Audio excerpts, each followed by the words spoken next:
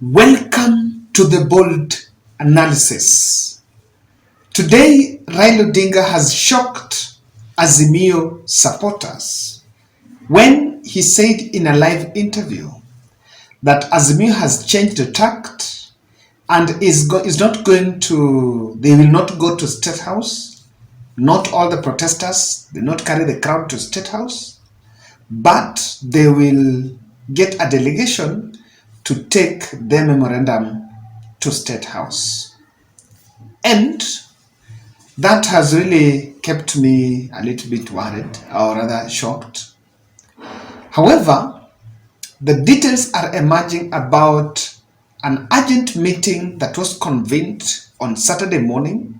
Remember, today the Azimio leadership was not holding any rally, and so there was a critical strategy think tank meeting that was held in the morning ahead of even that interview, because that interview was actually organized to give the country the way forward. Simple. That is why that interview was held, and it was just a clarification, rather to put matters to perspective on what to expect, the do's and don'ts that are coming on Monday. And you understand that the top Azimio coalition leadership, which is chaired by former President Uhuru Kenyatta, came out with what Raila will then go to put up clear to the country. Today, I love the fact that the few Kenyans I was talking with, the few people I was talking with, were actually telling me that, Kevin, Raila Odinga, even people know that we cannot go to the Statehouse. Yeah. Call it what you want, but that is the reality. So today, I've seen people reacting by those thinking school of thought that could be he's just hiding so that he can find Ruto unaware. But one question is here. If police are barricading the roads to Statehouse, and at that moment you realize that they've been refusing no one to get through that way to Statehouse, then the ones that are going to be sent, how are they going to access that venue?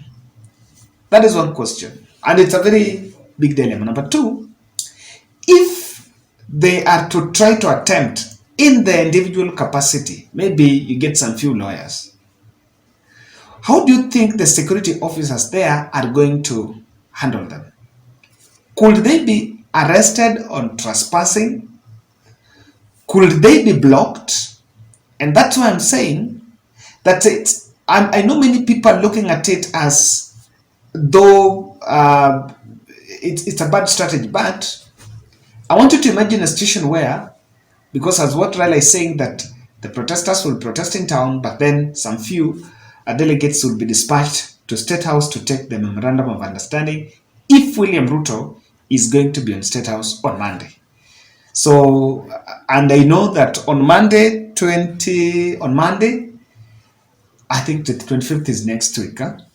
But then on this one, 19th, it is not yet confirmed whether William Ruto is not going to be in Statehouse. So, if in any case, the police that are barricading the roads will block the leaders or other delegation that will take that memorandum to Statehouse, so how will the people that will be in town feel? Will they feel like their issues are being ignored? Or will they be allowed in there? But again, how? Will it be under some sort of appointment?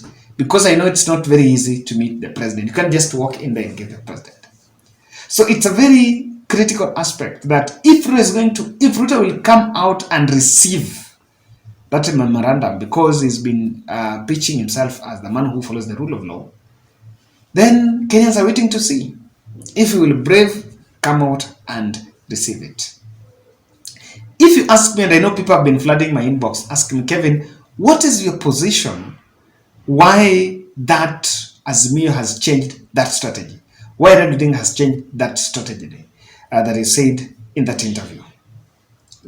And I want to tell, number one, Raila Odinga will not want an impression of overthrowing the government in an attempt that can lead to bloodshed. No one wants that. And I can tell you, the impression has never been to overthrow William Ruto's government forcefully, like, like what people see. It must be clear that everything must be done, but in the context of what is right, both for the people, for the leaders, and also for the masses. I agree, Raila Odinga has fanatical supporters, but when you expose them, there are those who, and let me say, there are Kenyans who are really in a big problem. And they don't care whether they go to jail or they die. Like they have problems. And there are those who feel this is going to be the end of it. There are those who even want to take that opportunity to take their own life. So you cannot do that. Create scenarios. You don't know what it can be. Maybe come out the next day. Because let's face the truth. If Raila is to take crowd to Statehouse, they will be repelled. And that force can even cause stampede. People can lose lives. Who is going to be blamed?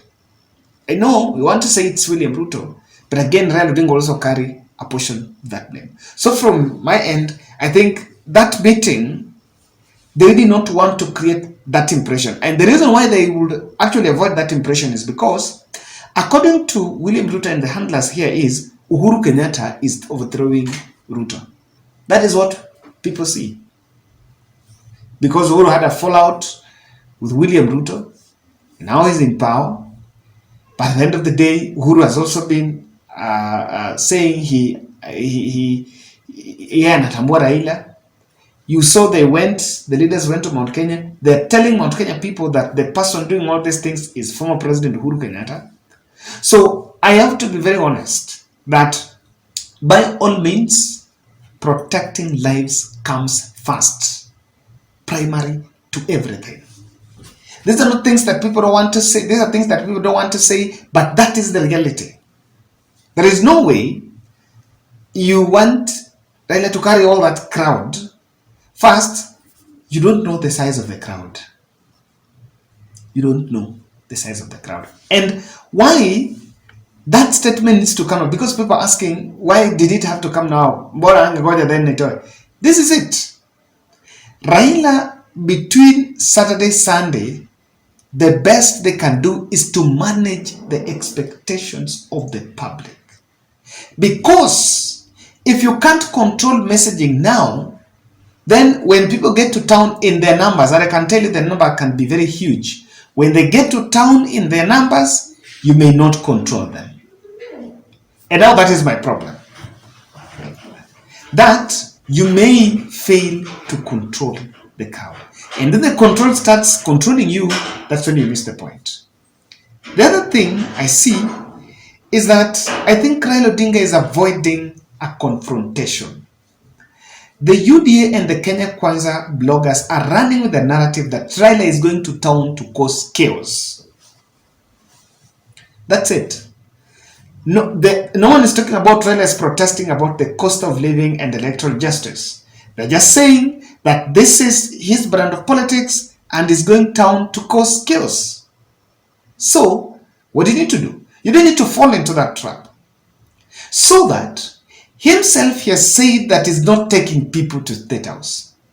How about if the head just goes that people are going to Statehouse, then the next day, the same state machinery gets some too few people to go to Statehouse and the photos are taken there, then even if the team that is protesting in CBD are not going there, they create an impression that some people are sent to go to Statehouse. And arrest some few people, and within that, you then get a ground to even now ban the next mass action the next day. Remember I said that is just the start, and I can tell you, if you ask me, this is my position. It should not be the climax. If Raila Odinga wants it, it should grow pole pole. Not that you get few people and hit and then the few days it's decreasing. I think it should just gain momentum gradually. As matters arise, within no time it will become a tradition that the best way, and I know, and that is why I'm telling you that William Ruto doesn't want to give Raila audience. Because if he gives Raila Odinga audience within the mass action context, then it will become a precedence that the only language that William Ruto understands is mass action. So what do you expect? Many other mass actions are going to follow.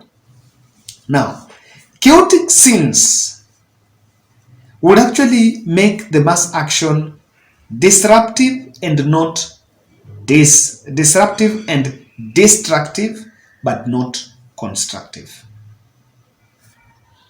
If people go to town and people cause chaos around Statehouse, so who gains? And I asked a question. Huko Statehouse Road huko hakuna mtu. You can even be allowed to go there. So if you reach the gate of Statehouse, so what? It's protected by military. Yeah, that's a government. It's protected by military. So do you want the public to face the military? Okay. So with that, they need to be realistic. And for me, I know many are looking at it as back down. For me, it's a good strategy. It's a trap. And it is way better you manage the expectations now. So that as people live and plan on what they're going to do, it's important that you manage the expectation. So that is my take. And I believe that the Azimio Council meeting that was held in the morning had to look at these factors here about changing the plan.